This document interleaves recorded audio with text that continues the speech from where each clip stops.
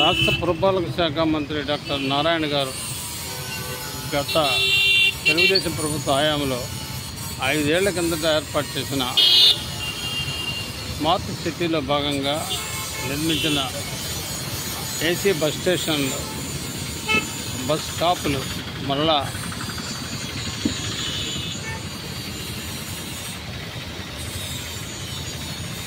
పునర్నిర్మాణాలు చేసుకుంటున్నాయి.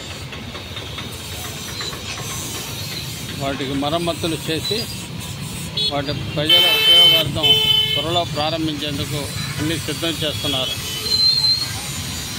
గతంలో ఏసీలు అవన్నీ ఉన్నాయి, కానీ 5 ఏళ్లలో గత ప్రభుత్వం వీటిని నిర్లక్ష్యం చేయడంతో ఇవి ఏసీతో సహా అన్నీ తీసుకుపోవడం జరిగింది. మరి అధికారులు తీసుకెట్టారో లేకపోతే దొంగతనంగా వెళ్ళే అయితే తెలియదు, కానీ చాలా బస్ షెల్టర్లో ఉన్న ఏసీ మిషన్లు పాడవడం, లేకుండా పోవడం జరిగింది.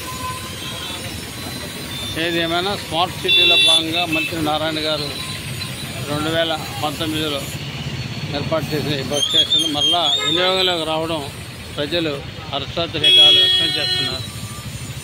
నిజంగా నెల్లూరు రాష్ట్రంలో ఎక్కడా లేని విధంగా ఏసీ బస్ స్టేషన్లు రావడం అనేది నెల్లూరు ప్రజల అదృష్టంగా భావిస్తున్నారు.